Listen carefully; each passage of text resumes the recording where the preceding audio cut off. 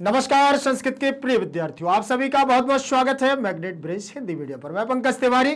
जैसा कि मैंने आपसे वादा किया था कि हम लोग जो हमारा प्रकृति सौहार्द्रम पाठ चल रहा है ना, उसी का हम लोगों ने NCERT solutions multiple choice question, अब मोस्ट इंपोर्टेंट क्वेश्चन, ध्यान रखिएगा, महत्वपूर्ण प्रश्नों का संग्रह लेकर के हम आए हैं। तो ये महत्वपूर्ण प्रश्न आपकी परीक्षा में करेंगे आपका भाग्योदय, तो बने रहिएगा हमारे साथ, ध्यान रखिएगा। लेकिन उससे पहले आपके लिए एक विशेष सूचना क्या रहेगी कि मैग्नेट ब्रेंच के द्वारा कक्षा 7वीं से लेकर के कक्षा 12वीं तक के हिंदी मीडियम और इंग्लिश मीडियम दोनों के विशेष रूप से शिक्षकों के निर्देशन में बहुत ही अच्छी कंटेंट के साथ नोट्स तैयार करवाए गए हैं। वो नोट्स आपकी परीक्षा में उत्तम और श्रेष्ठ अंक लाने के लिए आपकी मदद करेंगे। तो जल्दी से संपर्क करिएगा, और संपर्क करने के लिए आपको करना क्या होगा, जिस वीडियो से आप मुझे देख पा रहे हैं उसी के नीचे लिंक इन डिस्क्रिप्शन बॉक्स में जाएंगे तो ई नोट्स और ई बुक्स की संपूर्ण जानकारी आपको यहां से प्राप्त हो जाएगी। ध्यान रखिएगा, भूलिएगा नहीं।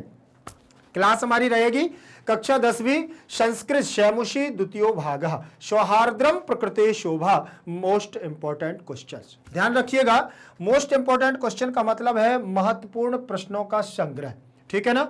महत्वपूर्ण प्रश्न हमारे इसमें रहेंगे, और सबसे पहला प्रश्न आपका क्या रहेगा वो आप लोग ध्यान दीजिएगा। सबसे पहला प्रश्न रहेगा आपका बहति इति क्रियापदस्य कर्तृपदम किम। अब यहां पर उन्होंने जैसे ही प्रश्न पहला दिया है तो यहां एक क्रिया दी हुई है। कौन सी क्रिया दी है? वह क्रिया है, वह हमारी क्या है? धातु है, और इसका रूप चलेगा तो लट लकार प्रथम पुरुष एक वचन में रूप बनेगा। देखें, प्रथम पुरुष, मध्यम पुरुष, उत्तम पुरुष। ध्यान रखिएगा, 3 पुरुष होते हैं, 3 वचन होते हैं, ठीक। इसी के आधार पर बनेगा हमारा बहति, वहतः, बहंती, ठीक है ना। बहति, बहतः, बहंती, बहसि, वहथ, बहसि, बहथः, बहथ, ऐसे बनेंगे। बहामी, बहामी, वहावा, बहामह।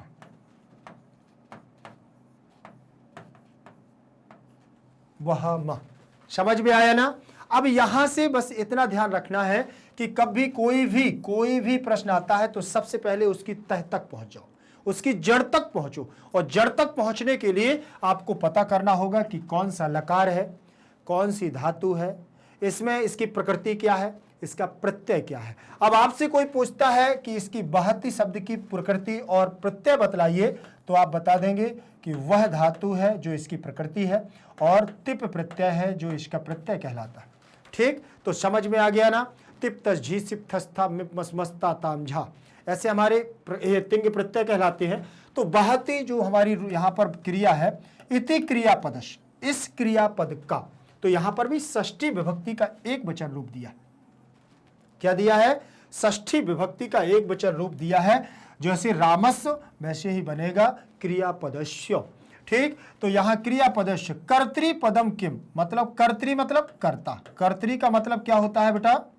कर्ता। मतलब इसका कर्ता पद क्या है, इसका कर्ता पद क्या है, ध्यान रखना इस बात का। कर्ता पद क्या है? अब कर्ता करने वाला मतलब कौन बह रहा है? बह रहा है कौन? एका बहती, नदी बहती, बनस्य बहती, दृश्यम बहती। क्या बह रहा है? तो आप बताएंगे, स्वाभाविक सी बात है, जैसे मैंने कह दिया है साइकिल चलती है, तो कौन चलता है? साइकिल चलती है, तो साइकिल उसका कर्ता कहलाएगा। तो यहां पर भी नदी बहती है, इसलिए इसका कर्ता भी क्या होगा? नदी।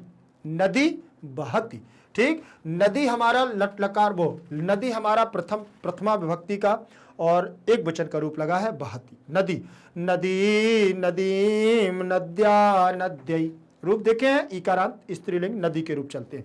नदी, नदीम, नद्या, नद्यै, नद्या, नद्या, नद्याम, हे नदी, चलते हैं ना, ऐसे रूप चलेंगे, ठीक। और प्रथमा, द्वितीया, नदी, नदी, चलेंगे ना, बिल्कुल चलेंगे, ध्यान रखिएगा। अब यहां पर एक बात ध्यान रखना, इसका आंसर होगा, इसका कर्ता ढूंढा है उसने तो कर्ता मिल जाएगा आपको नदी के रूप में। अगले प्रश्न पर चलेंगे, प्रश्न क्रमांक दूसरा रहेगा हमारा।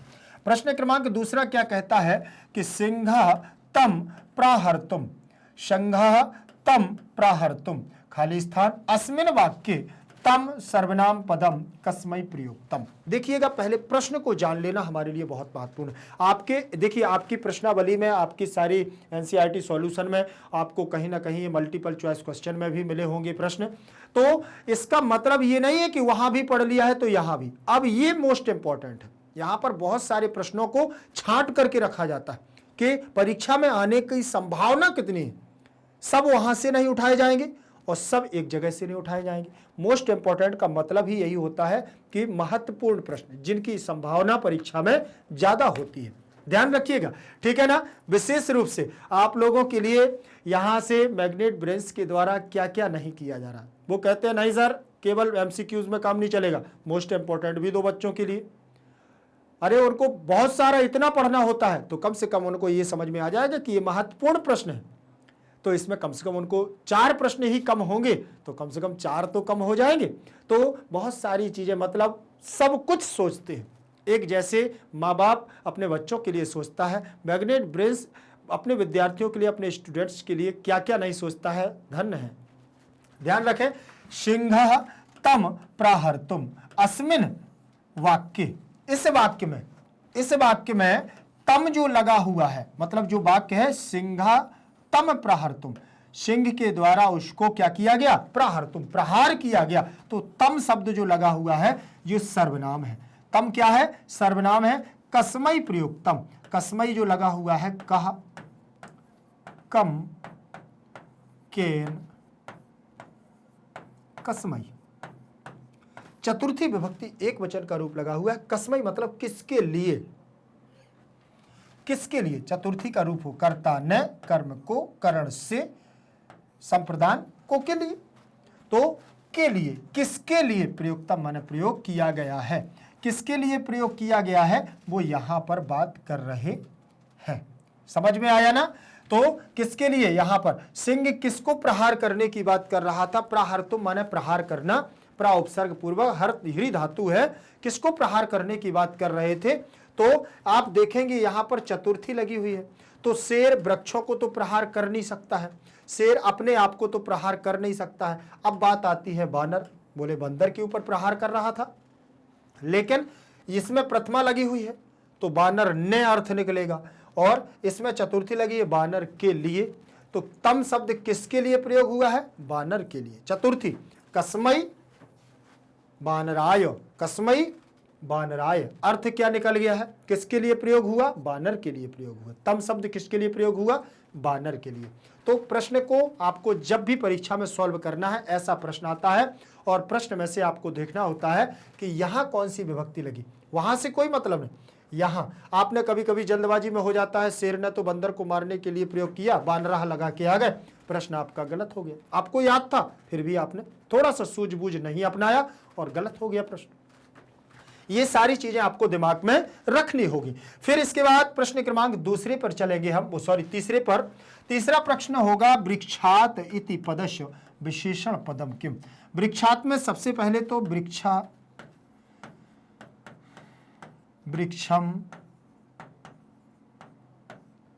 वृक्षा, वृक्षम, वृक्षेण, वृक्षाय, वृक्षात, आ गया ना, वृक्षात। तो वृक्षात में पंचमी विभक्ति, फिर इसके बाद आ जाएगा वृक्षस्य, वृक्षस्य आ गया ना, फिर आ जाएगा लास्ट में वृक्ष, सप्तमी विभक्ति लगी हुई है, लगी है ना, सप्तमी विभक्ति। तो वृक्षात में पंचमी विभक्ति का एक वचन है, वृक्ष से, इति पदस्य, इति पदस्य, पदस्य में षष्ठी विभक्ति का एक वचन, विशेषण पदम मतलब वृक्ष से, इसका विशेषण क्या है, वृक्ष से वृक्ष पर, वृक्ष से वृक्ष, वृक्ष से वृक्ष पर, ठीक है ना। तो विशेषण पदम, इसका विशेषण पद क्या है, मतलब अब देखें वृक्ष से वृक्ष पर, अपरा एकः विविधः अन्यस्मात्। तो सबसे कॉमन अर्थ लगा लेना है कि इसमें देखो किसी में पंचमी नहीं लगी है, वृक्षात अन्यस्मात्, वृक्षात अन्यस्मात्, इसमें पंचमी लगी, उसमें पंचमी लगी हुई है, मतलब हमारा अर्थ यही प्रश्न का आंसर होगा। मतलब एक वृक्ष से दूसरे वृक्ष पर, अन्य वृक्ष पर क्या होता था, वानर जाते थे जब शेर प्रहार करने के लिए गया, तो एक वृक्ष से अन्य वृक्ष पर, अन्यत्मा अन्यत्मा, अन्य से अन्य पर, अन्य से अन्य से, ठीक। इसके बाद प्रश्न क्रमांक रहेगा चौथा। चौथे नंबर के प्रश्न पर हम चर्चा करेंगे और यहां पर क्या दिया हुआ है, ध्यान से देखें, लिखा हुआ है खगाह। तो खगाह के रूप चलेंगे आपके, तो कैसे चलाओगे, खगः, खगौ, खगाह, खगः, खगौ, खगाह। चलेगा कि नहीं चलेगा। अब यहां पर आप देख रहे होंगे तो आपका बहुवचनांत रूप लगा हुआ है। क्या लगा है, प्रथमा एक वचन, वो एक वचन, द्विवचन, बहुवचन। तो प्रथमा का बहुवचन, प्रथमा विभक्ति का बहुवचन रूप लगा है खगाह, लगा है ना। तो खगाह इत्यर्थे, इस अर्थ में, खगा माने पक्षी, बहुत सारे पक्षियों की बात कर रहे हैं, इस अर्थ में किम पदम प्रयुक्तम, कौन सा पद प्रयोग किया गया है, ठीक। इत्यर्थे में इति धन अर्थे, यहां यण संधि हो जाएगी, इति प्लस अर्थे, ठीक। तो इत्यर्थे दिया हुआ है, इत्यर्थे, ठीक। तो ई आधा और यहां ई के स्थान पर या हो जाएगा, तो इत्यर्थे बन जाएगा आपका, ठीक। तो यण संधि। और अब बात कर रहे हैं यहां पर किम पदम, किम माने क्या, पदम माने पद को, प्रयुक्तम माने प्रयुक्त किया गया है, कौन से पद को प्रयुक्त किया गया है। तो प्रयुक्तम में भी प्राउपसर्ग है, युज धातु है, ध्यान रखना। फिर कौन सा पद प्रयोग किया गया है, तो क्रुद्धा, सिंहा, एकैकाः या पक्षिणा। तो निश्चित अर्थ है कि पक्षी, खगा माने पक्षी और पक्षिणा माने पक्षी। साधारण सी बात समझ में आ रही ना, ठीक। तो इसका अर्थ क्या हो जाएगा, किस अर्थ में प्रयोग किया गया है खगा, पक्षियों के अर्थ में खगाह शब्द को यहां प्रयोग किया गया। ये भी हमारा जो रूप लगा हुआ है, ये प्रथमा का बहुवचन लगा हुआ है, इसके रूप चलेंगे पक्षी ही, ठीक। ऐसे रूप चलेंगे पक्षी ही, पक्षी, पक्षी ही, पक्षी ही, पक्षिणा, ऐसे रूप चलेंगे प्रथमा का बहुवचन। जैसे हरि ही, हरि, हरया,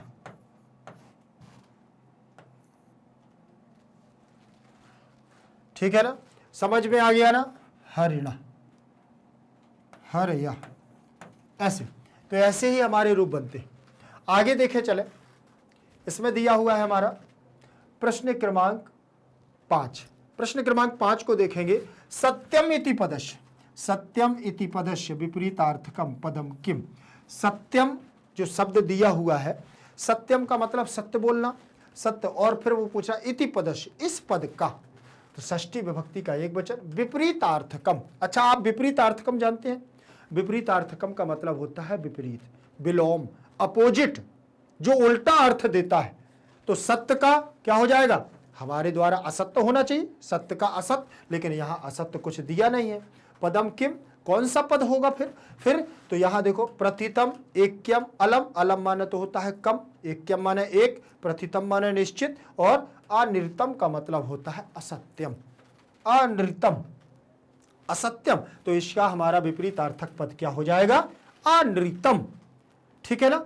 तो यहां अनृतम का मतलब असत्यम, सत्यम का मतलब सत्य। समझ में आ गया ना। आगे देखेंगे, प्रश्न क्रमांक 6 पर चलेंगे। प्रश्न क्रमांक 6 देखेंगे और यहां पर क्या दिया है, 6 नंबर, एक इति पदस्य कह अर्था, एक के इति पदस्य कह अर्था, एक के इस पद का अर्थ क्या है, एक के इस पद का अर्थ क्या है, ध्यान रखिएगा, एक के इस पद का अर्थ क्या है। तो एक का मतलब काकः, कृष्णः, वर्णः, एकता। आप खुद इसका आंसर लगा सकते हैं, खुद लगा सकते हैं आप इसका आंसर, ठीक है ना। बिल्कुल थोड़ा सा सूझना, काका माने कौआ, कृष्ण माने काला, और वर्ण माने रंग, और एकता माने एक, ठीक, एकता, सामूहिकता। तो एक के मतलब होता है एकता। कौन सा पद है? एक के इति पदस्य का अर्थ, एक का अर्थ क्या है? एकता। समझ में आ गया? आगे चले। प्रश्न क्रमांक 6 के बाद प्रश्न क्रमांक 7 रहेगा हमारा। ध्यान से देखिएगा, 7 नंबर का प्रश्न है हमारा, त्वम किम गौरवांगः।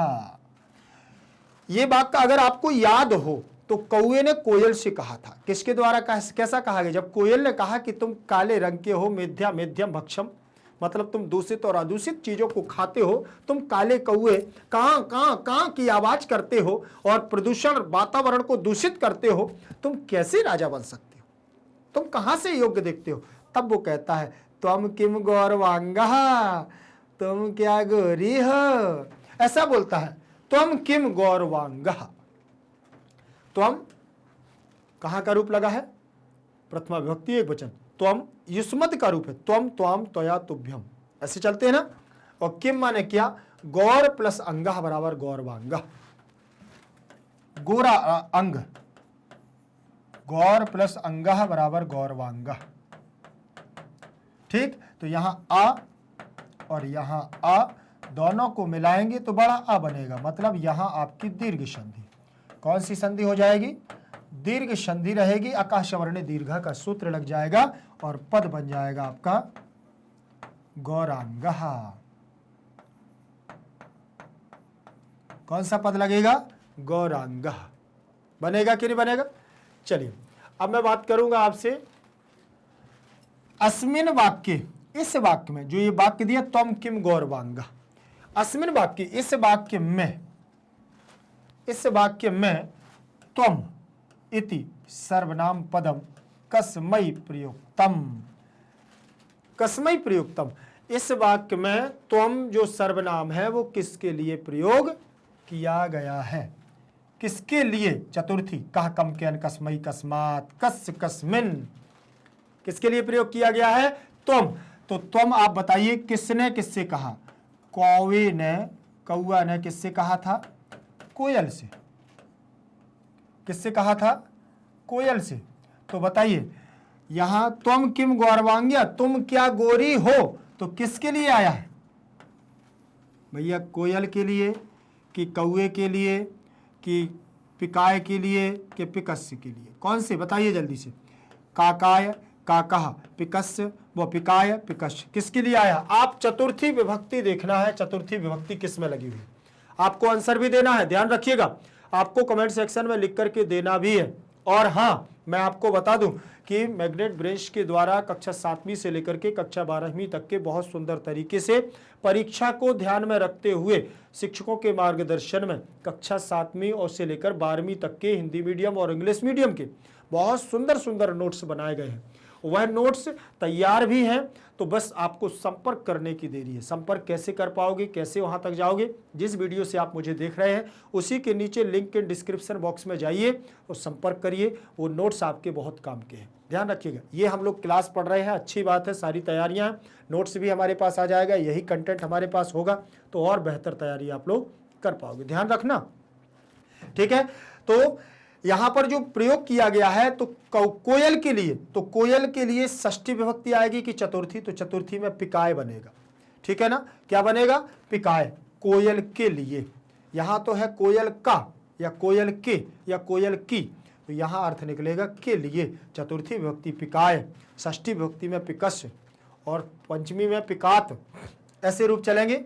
तो समझ में आ गया होगा आपको। आगे चलेंगे, इसके बाद 8वें नंबर का प्रश्न होगा हमारा, दसेत इति क्रियापदस्य कर्तृपदम किम। दसेत अर्थात देखिए, दस एत, एत एताम एयु, बोले इसको डसना चाहिए, ठीक है ना। इसको क्या है? डसना। इति क्रियापदस्य, इसका क्रियापद कर्तृपद, इस क्रियापद का कर्तृपद, कर्ता कौन है? तो ये किसने कहा था? काका चेत अनिर्तम पिका। तो निश्चित है कि कौआ ने कहा था, तो काका ही होगा, कौए ने कहा था, ठीक है ना। आगे चलेंगे, आगे देखें, और ये हमारा विधिलिंग लकार का है, एत एताम एयु। ध्यान रखिएगा, प्रथम पुरुष एक वचन का रूप है विधिलिंग लकार का। अब इसके बाद दिया हुआ है हमारा प्रश्न क्रमांक 9। प्रश्न क्रमांक 9 को आप ध्यान से देखिएगा, इसमें लिखा है आगक्षम इति क्रियापदस्य कर्तृपदम किम। आगक्षम जो रूप लगा हुआ है, इस क्रिया का कर्तृपद कौन है? शर्वा, वार्ता, अहम, गजा। ठीक, सर्वः अगच्छम, अहम अगच्छम। और तो आप ध्यान रखिएगा कि ये रूप जो लगा हुआ है ये उत्तम पुरुष का रूप लगा हुआ है, तो निश्चित रूप से उत्तम पुरुष का कर्ता ही होगा यहां अहम। ठीक है ना। ये गजः प्रथम पुरुष एक वचन का रूप लगा हुआ है, सर्वा यहां पर भी आपका बहुवचनांत रूप लगा है, वार्ता में भी आपका एक वचन का रूप लगा है। तो अहम हमारा उत्तम पुरुष का कर्ता लगा हुआ है, इसलिए उत्तम पुरुष की क्रिया होगी अगच्छम। ठीक, आगे चलेंगे इसी के साथ प्रश्न क्रमांक 9 के बाद प्रश्न क्रमांक होगा 10। प्रश्न क्रमांक 10वें पर चले हम, और इसमें देखें अहम एव करुणा परा, मैं ही हूं एक करुणा परायण जो दया दिखाता हूं जीव जंतुओं पर। ऐसा किसने कहा था, बताएगा मुझे कोई ऐसा कहने वाला। पूरी कहानी आप लोगों ने पढ़ी, सौहार्द्रम प्रकृति शोभा।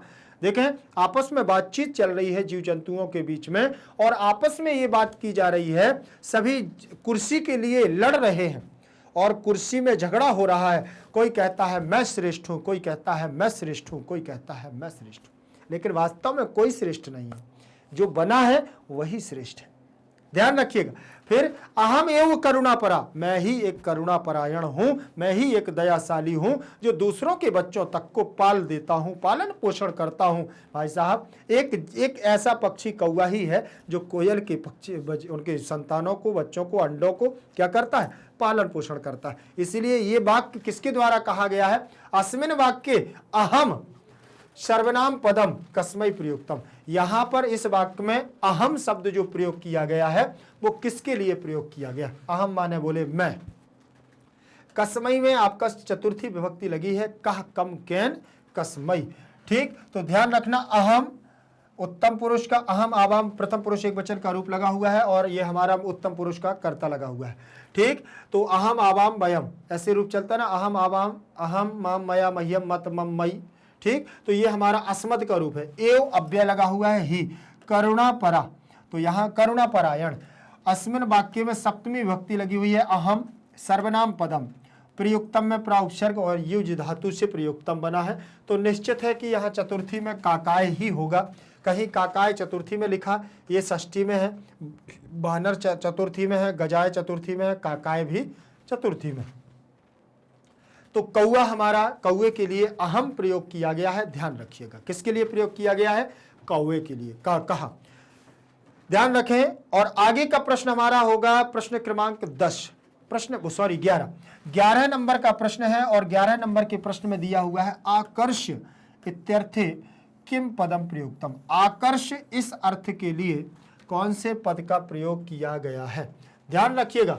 आकर्ष का मतलब होता है घुमाना, खींचना, आकर्ष। ठीक है ना, आकर्ष का मतलब होता है घुमाना या खींचना। तो योग्य तो हो नहीं सकता है, परवृत माने तो कोयल होता है, शुंडेन माने सूंड से, और विधुए माने होता है घुमाना या खींचना। ठीक, तो आकर्ष के अर्थ में यहां पर क्या प्रयोग किया गया है, विधुए। ध्यान रखना, एक एक चीज को आप ध्यान रखते जाइएगा बस। ठीक, इत्यर्थे में आपकी यण संधि है, ध्यान रखना। यहां पर भी कृष धातु है, आ उपसर्ग लगा हुआ है, और ल्यप प्रत्यय है, आकर्ष्य बन गया है, और प्रयुक्तम में प्रा उपसर्ग है, युज धातु है, प्रयुक्तम बन गया है। आगे का हमारा प्रश्न रहेगा, प्रश्न क्रमांक 12 हमारा रहेगा, जिसमें आप देखिएगा लिखा है तुदंतम इति पदस्य विशेष्य पदम किम। तुदंतम माने तंग करना, तुदंतम का मतलब क्या होता है, तंग करना। इति पदस्य, इस पद का विशेष्य पद क्या है, विशेष्य पद क्या है, किसको तंग किया जा रहा था, ध्यान रखिएगा। किसको, वन्य पशुओं को या जंतुओं को, जंतु को, या जंतु महम जंतु ही को, और सुंडन माने सूंड से। तो किसको, वन्य जंतुओं को। तो वन्य जंतुओं, द्वितीय का बहुवचन होगा वन्य जंतून। तो देखिए जंतुम, जंतुओं को यहां पर क्या है, परेशान, जंतुम माने जंतु को, एक जंतु को परेशान किया जा रहा था, वो भी शेर को। ठीक, तो जंतुम आ जाएगा ना, सभी को थोड़ी परेशान किया जा रहा था। बंदर किसको परेशान कर रहे थे, एक को, ध्यान रखिएगा। ठीक, फिर इसके बाद देखें, आगे देखेंगे हमारा प्रश्न होगा 13 नंबर का। 13 नंबर का प्रश्न देखें, इच्छति इति क्रियापदस्य कर्तृपदम किम। कर्तृपदम किम, इच्छति कहाँ है, इस धातु से बनता है, इच्छति इस धातु है, और इच्छा के अर्थ में होता है। किसके अर्थ में, इच्छा। इच्छा के अर्थ में। इसके रूप चलेंगे हमारे इच्छति, इक्षतः, इच्छन्ति, इच्छति, इक्षतः, इच्छन्ति। हो गया ना, इच्छति, इक्षतः, इच्छन्ति। अब यहां पर ध्यान रख लेना, इच्छति, इक्षतः, इच्छन्ति जो दिया हुआ है, लट लकार प्रथम पुरुष एक वचन का रूप दिया हुआ है, और यहां पर आपका रूप बन जाएगा तो इच्छति गजः वृक्षम वानरः सिंह। इच्छति, किसकी इच्छा हो रही थी? तो आपने देखा है किसकी इच्छा हो रही थी? गजः, हाथी की एक इच्छा हो रही थी कि अगर मुझे कोई भी जंतु तंग करता है तो मैं सूंड के द्वारा उसको पटक पटक करके मारूंगा। यही इच्छा हो रही थी ना हाथी की, कि मैं ही इसीलिए विशालकाय, पराक्रमशाली, बलशाली, योग्य हूं राजा बनने के लिए, वनराज बनने के लिए। आगे देखेंगे, अगला हमारा पद होगा, प्रश्न होगा 14 नंबर का प्रश्न। 14 नंबर के प्रश्न में आप देख पा रहे होंगे क्या लिखा हुआ है? वयमेव, माने हम सब ही, अत्र माने यहां, तो ठीक, हम सब ही यहां, वयम, अत्र वयम सर्वनाम पदम काभ्याम प्रयुक्तम। यहां वयमेव, यहां वयम शब्द किसके लिए यहां पर प्रयोग किया गया? वयम जो शब्द है वो हमारा क्या है? सर्वनाम पद है। काभ्याम माने किसके लिए? चतुर्थी का द्विवचन रूप लगा है, किसके लिए? प्रयुक्तम माने प्रयोग किया गया है, किसके लिए? चतुर्थी का द्विवचन यहां रखा है, काभ्याम, काभ्याम, काभ्याम। ध्यान रखिएगा भैया, ठीक। तो काभ्याम लगा हुआ है प्रश्न निर्माण करने वाला, कैसे बनेगा? कऊ कऊ काभ्याम, काभ्याम, कऊ कऊ काभ्याम, काभ्याम और काभ्याम, ठीक, ये दिया हुआ है। तृतीया, चतुर्थी, पंचमी, तो चतुर्थी विभक्ति का किसके लिए प्रयुक्तम माने प्रयुक्त किया गया है? किसके लिए प्रयोग किया गया है? ध्यान रखिएगा, किसके लिए? काभ्याम किसके लिए प्रयोग किया गया? वानराभ्याम। किसके लिए? वानराभ्याम। ध्यान रखें, किसके लिए? वानराभ्याम। तो इसका आप बाकी यहां देखें, यहां चतुर्थी लगी हुई है, यहां भी चतुर्थी लगी, यहां चतुर्थी, लेकिन यहां एक वचन की चतुर्थी लगी है, यहां द्विवचन की चतुर्थी लगी है, इसलिए आंसर हमारा क्या होगा? यहां क्या हो जाएगा? एक वचन, वानराभ्याम। समझ में आ गया ना? आपको ऐसे ही निकालना है। और वयम जो आपका अहम, आवाम, वयम, वयम कहां का रूप लगा हुआ है? ध्यान रखिएगा, वयम कहां का रूप है? अहम, आवाम, वयम, बहुवचनांत रूप लगा हुआ है। क्या लगा है? बहुवचन, प्रथमा विभक्ति का। प्रश्न क्रमांक 15 पर चलेंगे। प्रश्न क्रमांक 15 हमारा क्या कहता है? यहां पर लिखा हुआ है 15 नंबर के प्रश्न में, करी इति पदस्य पर्याय पदम किम? करी, पर्याय, पर्याय समझते ना, पर्यायो अर्थात एक समान, समानार्थी शब्दों का बोध कराने वाले शब्दों को पर्याय कहते हैं। एक जैसे अर्थ का बोध कराने वाले शब्दों को हम क्या कहते हैं? पर्याय कहते हैं। तो यहां पर भी स्वाभाविक है कि करी शब्द का आपको अर्थ ढूंढना है। करी जैसे सिंह का होता है शेर, सिंह का होता है शेर, ठीक है ना? तो यहां पर भी देख लें आप, सिंह, गजह, गजह माने हाथी, और सिंह, ठीक, सिंह शेर, व्याल, व्याघ्र, बानरहा, ठीक, और यहां वृक्ष शाखा ऐसा भी कहते हैं। फिर यहां पर देखो बका माने बगुला, बका का मतलब बगुला होता है। फिर तो यहां पर भी आपको ध्यान रखना, करी किसका पर्यायवाची होगा आपका? करी किसका होगा? गजा। हाथी का पर्यायवाची है आपका करी। ध्यान रखिएगा, करी किसका पर्यायवाची है? हाथी का पर्यायवाची है। आगे देखेंगे प्रश्न क्रमांक हमारा 16 नंबर का। 16 नंबर का प्रश्न क्या कहता है? एते इति पदस्य, एते इति पदस्य विशेष्य पदम किम? एते इति पदस्य विशेष्य पदम किम? ठीक, ध्यान दीजिएगा। तो एते जो शब्द दिया हुआ है इसका विशेष्य पद क्या है? तो आंसर आप देख लीजिए, इसका बानरा, एते बानरा, ये बहुवचनांत लगा है, तो बानरा में भी बहुवचनांत पद लगा हुआ है, ठीक है ना? चलिए आगे देखेंगे। ये तो आपका हो गया है, बानरा आपका प्रथमा का बहुवचनांत पद लगा हुआ है।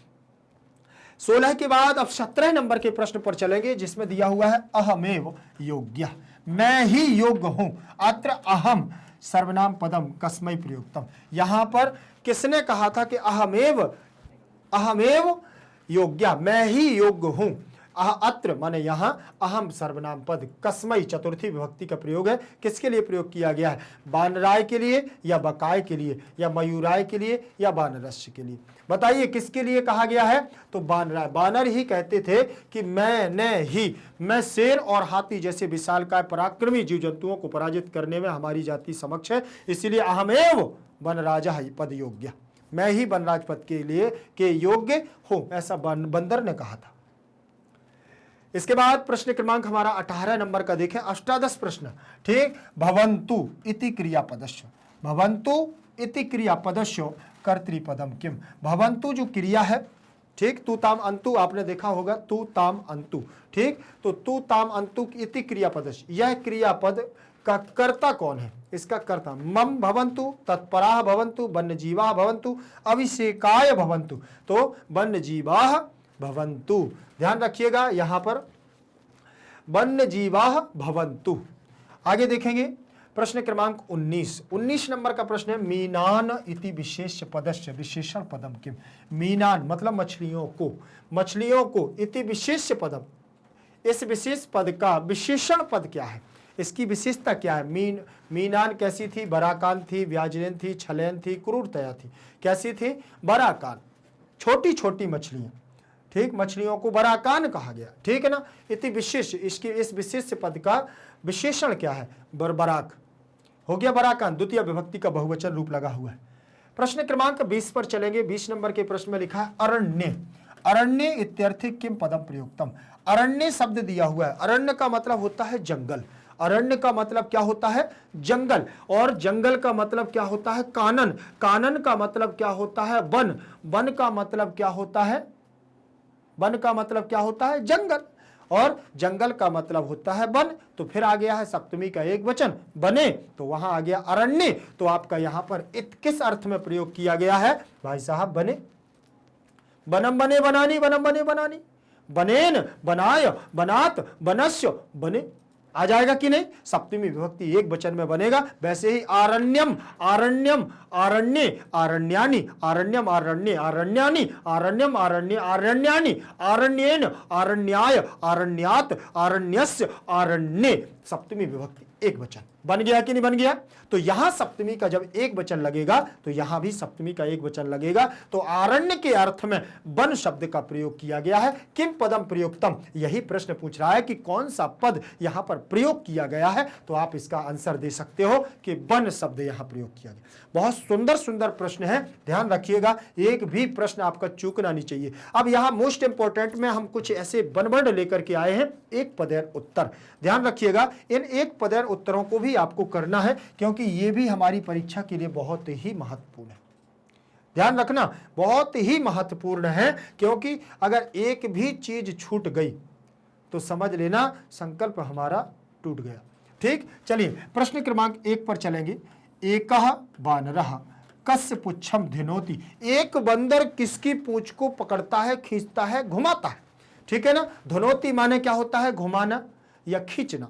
ठीक, कस्य माने किसकी, तो षष्ठी विभक्ति कहा कम केन कस्मै कस्मात कस्य आ गया ना। और पुच्छम माने पूंछ को, तो द्वितीय विभक्ति लगी हुई है, द्विवचन का रूप लगा हुआ है, एक वचन एक वचन का रूप लगा हुआ है द्वितीय विभक्ति का। और बानरः में प्रथमा, एकाह में प्रथमा, तो निश्चित है कि एका बानरा कस्य पुच्छम धुनोति, तो कस्य सिंहस्य, शेर की पूंछ को घुमा रहा था बंदर। देख लो भैया जमाना कैसा आ गया है। ध्यान रख लेना कि एक बंदर शेर को घसीट घसीट के पूरे जंगल में घुमाता है और कहता है कि तुम रक्षक नहीं, तुम भक्षक हो, तुम मेरे जंगल के राजा नहीं हो सकते हो। पूरी कुर्सी की लड़ाई चल रही है भाई साहब, पूरे जंगल में तहलका मच गया है। शेर, चीता आदि और मोर, बका, बगुला आदि, काका, कौआ आदि सब पधार गए हैं। सब अपना अपना मत कह रहे हैं। उल्लू भी कह रहा है कि मैं भी राजा बनूंगा, कौआ भी कह रहा है कहां कहां कहां मैं भी राजा बनूंगा। सब भैया कुर्सी के लिए कोई नहीं ठुकराता, चाहे जो कोई हो। अयोग्य व्यक्तियों को बहुत जल्दी कुर्सी मिल जाती है भाई साहब। उल्लू को मिलने वाली थी, वो तो प्रकृति माता आ गई, तो भैया जयराम जी की हो गया। कौआ ने कह दिया काव काव काव, दिन भर सोता है, कहाँ यार तुम राजा बनाए दे रहे, सोता रहेगा, कोई आक्रमण करके चला जाएगा जंगल में। बड़ी समस्या है, इसीलिए सोना नहीं है, जागना है। ध्यान रखिएगा, यहां षष्ठी विभक्ति लगी थी, इसीलिए सिंहस्य में भी षष्ठी विभक्ति लग गई है, ध्यान रखना।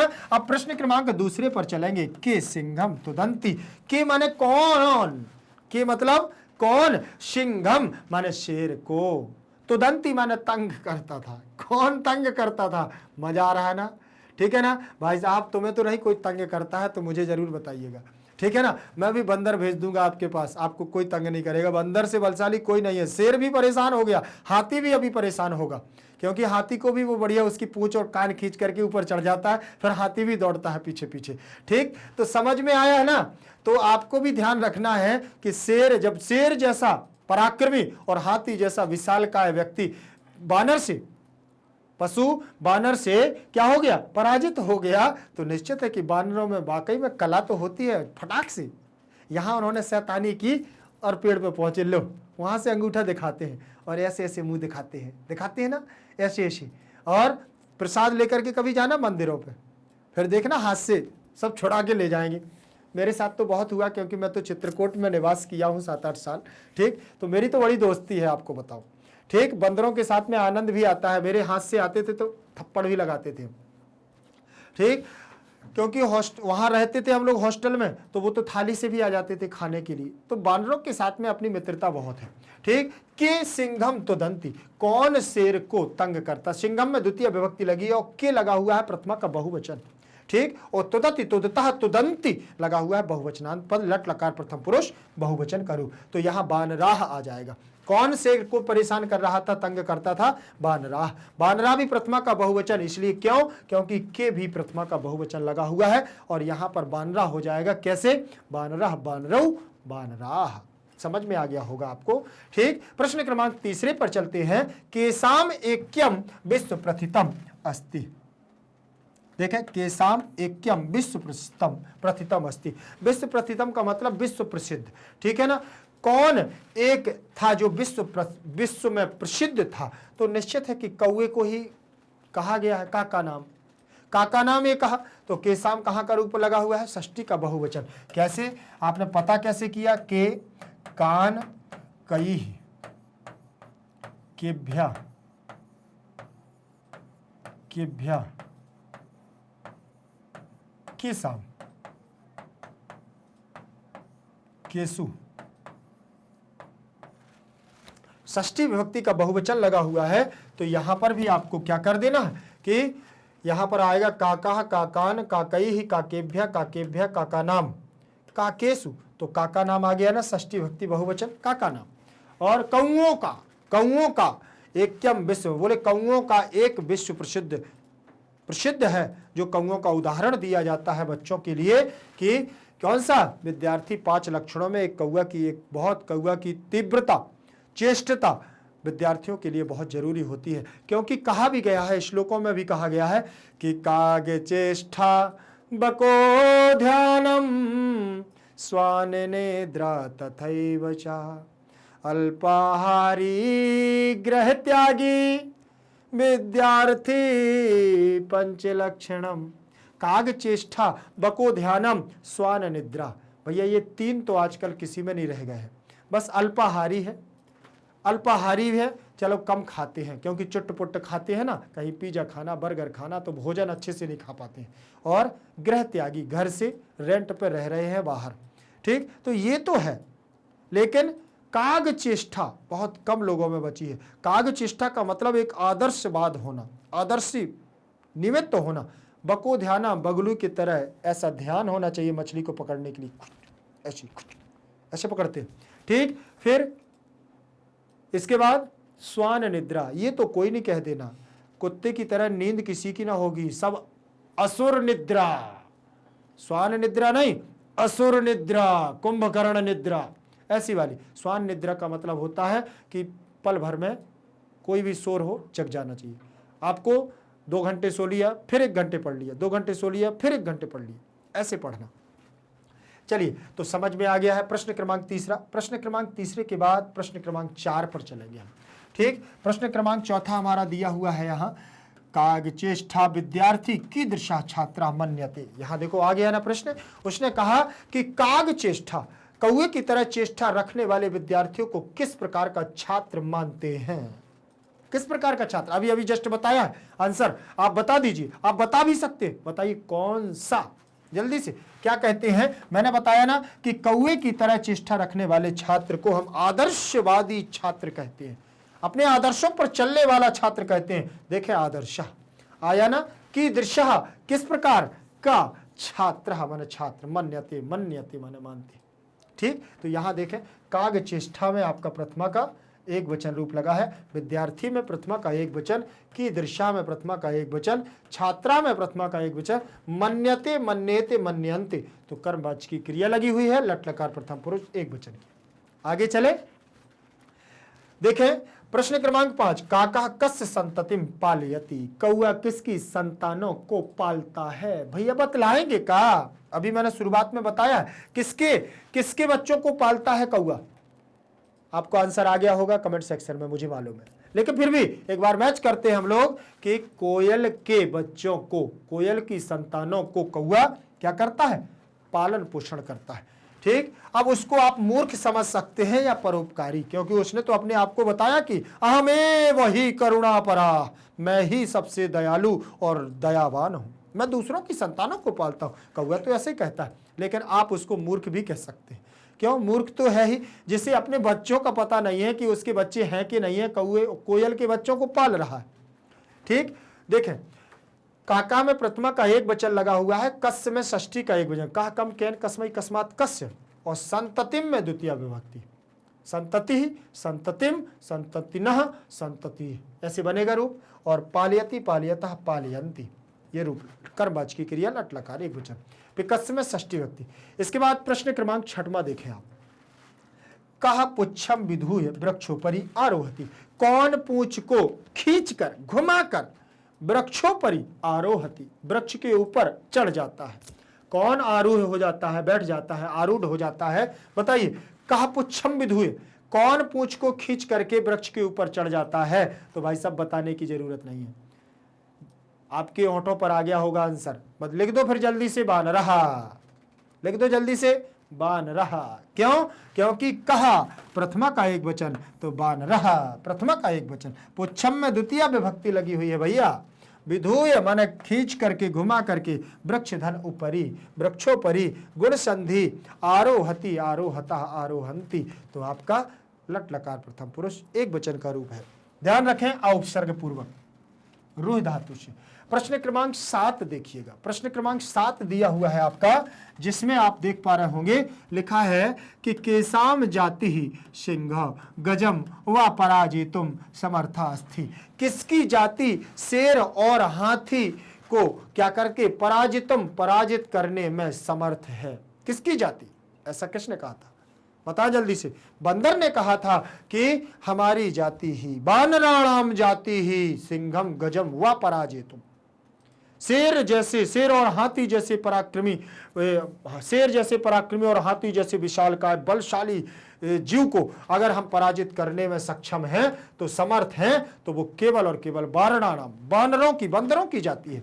तो केसाम षष्ठी विभक्ति का बहुवचन रूप लगा, केसाम षष्ठी विभक्ति बहुवचन का रूप लगा हुआ है, तो देखो यहां पर आ जाएगा आपका वारणानाम, क्या आ जाएगा, बानराणाम, बानरों की जाति।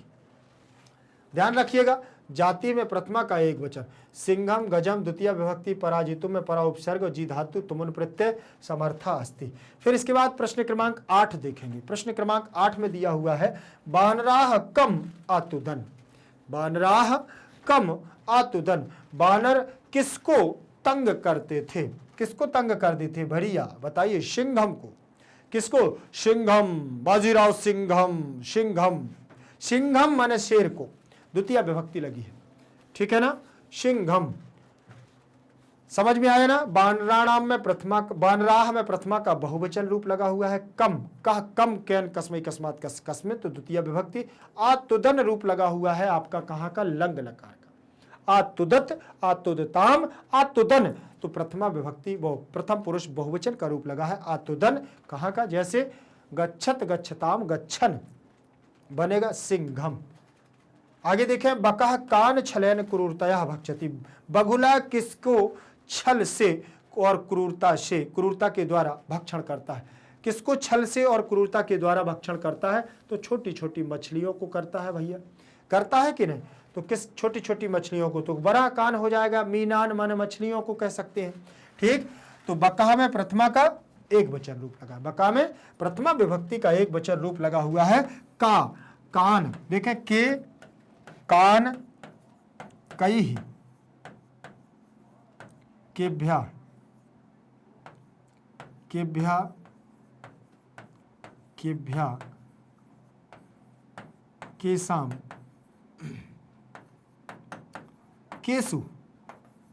तो कान कहां आ गया है भैया बताना, द्वितीय विभक्ति आया ना, बकह कान छलेन, छलेन कहां आ जाएगा, फलेन, फलेन तृतीय विभक्ति एक वचन, क्रूरतया, क्रूरता के रूप चलेंगे तो क्रूरतया, रमा रमाम रमया, वैसे क्रूरता क्रूरताम क्रूरतया तृतीय विभक्ति, और भक्ष्यति भक्ष्यतः भक्षयन्ति बनेगा, तो कर्मवाच्य की क्रिया भी लगी हुई है। आगे देखें, इसमें आगे देखेंगे मीनान द्वितीय विभक्ति का बहुवचन, तो मीनान में भी द्वितीय विभक्ति का बहुवचन रूप हो जाएगा। समझ में आ गया कि नहीं। आगे देखेंगे प्रश्न क्रमांक 10, प्रश्न क्रमांक 10 पर चलेंगे और इसमें दिया हुआ है वकस्य कारणात्, बकस्य कारणात् मतलब बगुले किसके कारण से, सॉरी कस्य, बकस्य नहीं, कस्य कारणात् पक्षी कुलम अवमानितम जातम, किसके कारण से पूरा पक्षी कुल अपमानित हुआ है। ठीक है ना, आपने देखा होगा किसके लिए कहा गया है, ये किसके लिए कहा गया है बताइए जल्दी से, बगुले के द्वारा, बगुले के द्वारा, बगुले के कारण से पूरा पक्षी कुल अपमानित हो गया है, ये मोर ने कहा था, मयूर ने। यहां षष्ठी का एक वचन, तो यहां भी वकस्य षष्ठी का एक वचन लग गया है। ठीक है ना, चलिए आगे देखें। अब पूर्ण वाक्य, पूर्ण वाक्य के द्वारा हम देखेंगे इसमें कि पूर्ण वाक्य में कौन कौन से प्रश्न दिए हैं। प्रश्न क्रमांक 1, विविधाः पक्षिणाः किम कुर्वन्ति, विविधाः पक्षिणाः किम कुर्वन्ति, ध्यान से देखिएगा। अनेक पक्षी क्या कर रहे थे, तो निश्चित है कि वह क्या है, शेर की हंसी उड़ा रहे थे और हास्य प्रकृति में उस कलरव कर रहे थे, तो वही है विविधाः पक्षिणा, प्रथमा का बहुवचन, ये प्रथमा का बहुवचन, किम माने क्या, करोति कुरुता कुर्वन्ति, ये भी बहुवचनांत रूप लगा हुआ है क्रि धातु के साथ में। विविधाः पक्षिणाः सिंहस्य, देखो प्रथमा का बहुवचन, प्रथमा का बहुवचन, सिंहस्य में षष्ठी का एक वचन, दशाम, दशा को देखकर, शेर की दशा, दशाम माने दशा को, दृष्टवा माने देख करके, हर्षम माने हर्ष से, प्रसन्नता से, मिश्रितम माने मिली हुई, कलरवम माने आवाज, कुर्वन्ति माने करती है। ठीक, तो यहाँ पर ध्यान दे रही, यहाँ में बहुवचन, यहाँ बहुवचन, यहाँ षष्ठी का एक वचन, दशाम में द्वितीय का एक वचन, दृष्टवा में दृष्ट धातु कित्वा प्रत्यय, और कलरवम माने शोर मचाना, और ची ची ची ची ची चहचहाने की आवाज, करोति कुर्ता कुर्वन्ति, ये भी हमारा बहुवचनांत रूप है। पिक काकयो भेदा कदा ज्ञायते, कोयल और कौए का भेद कब पता चलता है, कोयल और कौए का भेद कब पता चलता है, कब ज्ञात होता है, बसंत समये प्राप्ते पिक काकयो भेदा ज्ञायते, बसंत के समय, कदा, बसंत समय, बसंत ऋतु के समय में प्राप्त होने पर पिक और कौआ, कौआ और कोयल दोनों का भेद पता चल जाता है। ठीक, तो यहाँ पिक काकयो, तो यहाँ पर देखिए षष्ठी का द्विवचन रूप लगा हुआ है, भेदा में प्रथमा का एक वचन, कदा माने कब, ज्ञायते ज्ञायते ज्ञायन्ते। ठीक, तो एक हमारी कर्मवाच्य की क्रिया है। बसंत समय प्राप्ति में सप्तमी का एक वचन रूप लगा हुआ है। ठीक, समझ में आ गया। आगे हम देखेंगे गजः किम करिष्यति, हाथी क्या करता है, क्या करेगा, हाथी क्या करेगा, तो बोले हाथी सोच रहा था कि अगर मुझे कोई तंग करेगा तो पटक पटक करके मारूंगा। गजः वन्य पशून तुदंतम, गजः वन्य पशून तुदंतम जंतुम स्वशुंडन पोथित्वा मारिष्यति, हाथी वन्य पशुओं को तंग, हाथी ने कहा कि वन्य पशु अगर तुदंतम माने तंग कर दे तो जंतुओं को स्वशुंडन अपनी सूंड के द्वारा, पोथित्वा माने पटक पटक करके, मारिष्यति मारेगा। समझ में आया। तो गजा में प्रथमा का एक वचन, करिष्यति में लिट लकार भविष्य काल की बात कर रहा है। ठीक, और वन्य पशुन में द्वितीय विभक्ति लगी हुई है, और स्वशुंडन में तृतीया का एक वचन रूप लगा है। पोथ इत्वा में आपका कित्वा प्रत्यय लगा हुआ है, यहां पर भी स्यति सेता स्यंति। देखिए यहां पर सिंह किम अर्थम हसति, किम अर्थम, शेर क्यों, किस अर्थ के लिए, किस कारण से हंस रहा था, बताइए किस हंसता है, कैसे हंसता है, हसति हंसता हसंती। तो यहां पर भी आपका लट लकार प्रथम पुरुष एक वचन का रूप लग गया, लगा है कि नहीं। तो शेर क्यों हंसता है? क्योंकि बंदर जब हाथी को परेशान करते हैं तो उसको भी देखता है और हंसने लगता है। ठीक, बानरई ही माने बानरों के द्वारा, पीड़ितम माने पीड़ित, गजम माने हाथी को, वृक्षात माने वृक्ष से, वृक्षम माने वृक्ष के, और धावंतम माने दौड़ता हुआ, और दृष्टवा माने देख करके, सिंहा हंसती, शेर हंसता है। ठीक, जिस प्रकार से शेर को बंदरों ने परेशान किया था वैसे ही हाथी को परेशान किया जा रहा है, इसलिए वह देख करके शेर क्या करता है? हंसता है। तो तृतीय का बहुवचन, गजम में द्वितीय विभक्ति, पीड़ितम में द्वितीय विभक्ति, वृक्षात में पंचमी का एक वचन, वृक्षम में द्वितीय विभक्ति, धावंतम में धाव धातु है, धाव धातु है दौड़ने के अर्थ में, दृष्टवा में दृश्य धातु, सिंहा में प्रथमा का एक वचन, हसती हंसता हसंती लट लकार प्रथम पुरुष एक वचन का रूप दिया हुआ है। प्रश्न क्रमांक 5 देख पा रहे होंगे आप, लिखा है कि विधात्रा मयूरः कथम पक्षीराजः कृता। विधात्रा माने भगवान के द्वारा, विधात्रा तृतीय विभक्ति का एक वचन रूप लगा हुआ है। पितृ के रूप जैसे चलते हैं पिता पितरम पित्रा, वैसे ही बनेगा विधाता विधात्रम विधात्रा। ठीक, विधात्री के रूप चलेंगे तो तृतीय विभक्ति विधाता के द्वारा या भगवान के द्वारा, मयूरा माने मोर ने, कथम माने मोर को, कथम माने कैसे, पक्षी राजा कृता पक्षी राज कैसे किया। तो निश्चित है कि उसके ऊपर भगवान ने एक चोटी दी है, शिखा दी है, जो शिखा लाल लाल कलगी जैसी रहती है ना पंखों की। विधात्रा मयूरस्य शिरसि, विधात्रा ने मोर के सिर पर, राज मुकुटम मुराज मुकुट के समान, शिखा माने एक शिखा, स्थापयता माने स्थापित की है, मयूरा पक्षी राजा कृता, और मोर को उन्होंने पक्षीराज घोषित किया क्योंकि उसका नृत्य प्रकृति की आराधना है। ठीक, विधात्रा में तृतीया, मयूरस में षष्ठी का एक वचन, शिरसी में सप्तमी विभक्ति का एक वचन, राज मुकुटम अलग हो जाएगा, राज मुकुट के, और ईयु माने समान, शिखा में द्वितीय विभक्ति, स्थापयता माने स्थापित, और मयूरा में प्रथमा का एक वचन, पक्षी राजा में प्रथमा का एक वचन, कृता किया।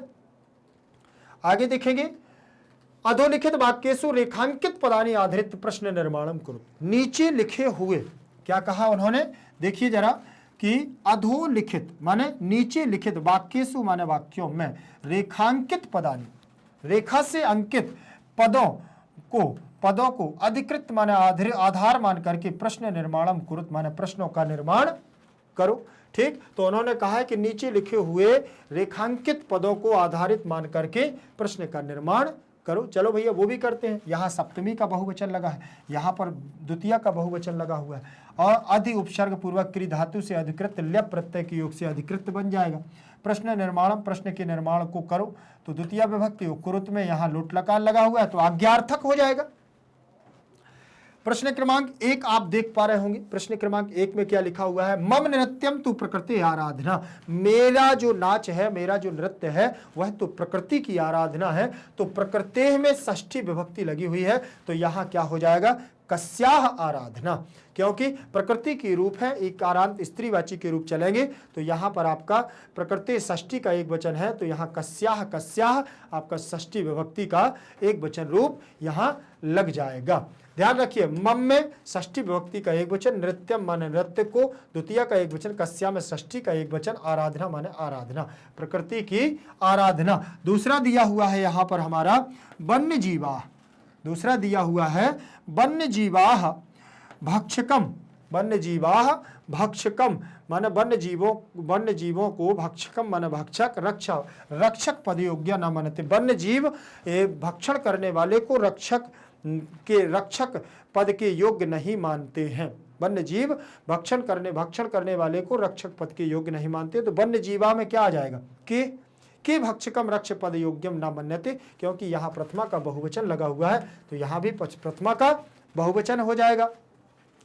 भक्षकम द्वितीय विभक्ति, रक्षक पद योग्यम में द्वितीय विभक्ति, मन्यते मन्यते मन्यन्ते, तो बहुवचनांत रूप लगा हुआ है। ठीक, आगे देखें, तुदंतम बानरम सिंहम मारिष्यति, तंग बानरों को शेर क्या करता है, मारियति माने मारता है। जो तंग करने वाले बानर को शेर क्या करता है, शेर मारता है, मारियति। तो कीदृशम, किस प्रकार के बानर को मारता है, जो तंग करने वाला बानर होता है उस बानर को मारता है। तो कीदृशम बानरम, सिंहा में प्रथमा का एक, मारियति मारियतः मारियंती हो जाएगा आपका। होगा कि नहीं होगा, यहां पर भी आप देखिए, यहां लट लकार प्रथम पुरुष एक वचन का रूप लगा हुआ है। यहां पर देखें प्रश्न क्रमांक हमारा 4 देख लीजिए, ध्यान से देखिएगा।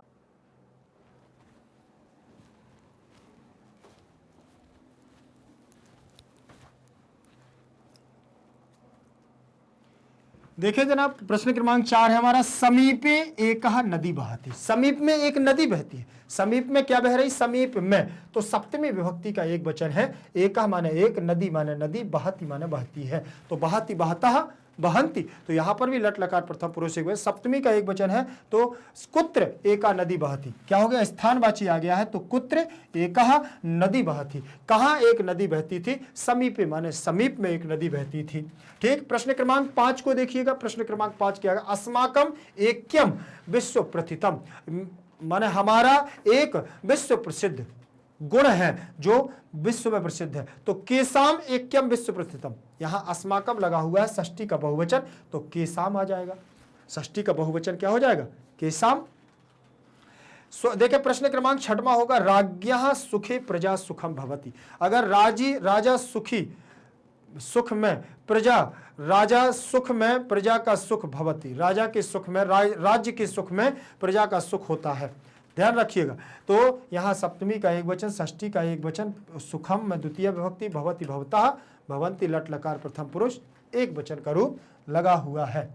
ठीक, समझ में आ गया। कस्य, राज्ञा में षष्ठी लगी है तो यहां भी षष्ठी विभक्ति हो, कस्य सुखे प्रजा सुखम भवति। अन्वय देखे जरा, अन्वय में देख लीजिए यहां पर क्या दिया हुआ है, अधोलिखितान श्लोकान अन्वयेषु रिक्त पूर्तिम कुरुत। नीचे लिखे हुए श्लोकों के अन्वयों को क्या करो? रिक्त स्थान के द्वारा पूर्ति करो। स्वभाव रौद्रम अति उग्रम, स्वभाव रौद्रम अति उग्रम, क्रूरम अप्रियवादिनम, उलूकम नृपतिम कृत्वा कानो सिद्धिर्भविष्यति, कानो सिद्धिर्भविष्यति। ठीक है ना, ध्यान रखिएगा। अब यहां पर उन्होंने बोले तुम्हारे स्वभाव से और उसके उग्र स्वभाव से, क्रूरता, प्रियवादी को, ऐसे को तुम उल्लू को राजा बनाकर के कौन सी सिद्धि प्राप्त करोगे? इसका अन्वय देख लीजिए। स्वरौद्रम अति उग्रम अप्रियवादिनम, क्रूरम अति प्रियवादिनम, उलूकम नृपति कृत्वा नु का सिद्धिर भविष्य। ठीक है ना। अब यहां अन्वय आपने देखा। अन्वय के बाद दूसरा नंबर का हमारा यही श्लोक होगा। ध्यान से देखें, यदि नाश्या नरपति सम्यग् नेता ततः प्रजा, अकर्णधारा जलौघा विप्लवेते है नौरनिम। बोले यदि राजा आपका ठीक नहीं है, नेता अगर सही नहीं है, तो समझ लेना कि इस प्रकार से प्रजा डूब जाती है जिस प्रकार से एक जलौघा, समुद्र में एक नाव डूब जाती है। ध्यान रखना, समझ में आया। यहां पर देख लीजिए, यदि सम्यक नेता नरपति ना, यदि आपका कोई सम्यक नेता नहीं है राजा, तो स्यात् ततः इह प्रजा, तब यह प्रजा अकर्ण धारा, समुद्र की नाव एवं जलौधव विप्लव, जिस प्रकार से एक धारा में, समुद्र की धार में एक नौका डूब जाती है, उसी प्रकार से प्रजा भी नष्ट हो जाती है। ठीक है ना। चले आगे, प्रश्न हमारा इसी का तीसरा रहेगा। तीसरे में देखें, प्राणी नाम जायते हानि परस्पर विवादतः, अन्यो अन्य सहयोगेन लाभस्ते साम प्रजायते, लाभस्ते साम प्रजायते। उन्होंने कहा प्राणी नाम जायते हानि परस्परम विवादतः, अगर आपस में प्राणी विवाद करते हैं तो निश्चित है कि आप हानि होगी, और अन्य सहयोग, एक दूसरे के सहयोग से निश्चित है कि प्रजा का लाभ होगा। अन्य परस्पर विवादम, और देखे प्राणिनाम हानि जाये तो अन्य सहयोग है ना, तेसाम लाभः प्रजायते।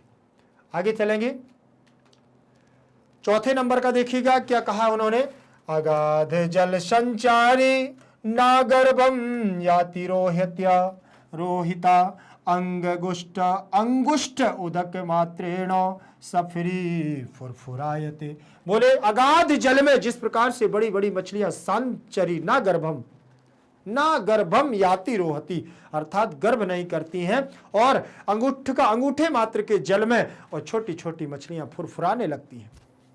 इसीलिए आपको छोटी मछलियों का गुण छोड़ना पड़ेगा। अगाध जल संचारी ना गर्भम, और वो रोहिता गर्भम ना याति। ठीक है ना, ना रोहिता गर्भम ना याति, अंगुष्ठ उदक मात्रेण सफरी फुरफुरा यति। सफरी माने छोटी छोटी, और फुरफुराए मतलब उछलना। इसके बाद अधोलिखित श्लोके, अधोलिखित माने नीचे लिखे, श्लोके माने श्लोक में, भावम माने भाव को, उपयुक्त पदई माने उपयुक्त पद के द्वारा, पूरियत माने पूर्ण करो। नीचे जो भाव लिखा हुआ है इसको उपयुक्त पद के द्वारा क्या करना है, क्या कर देना है, पूरा करना है।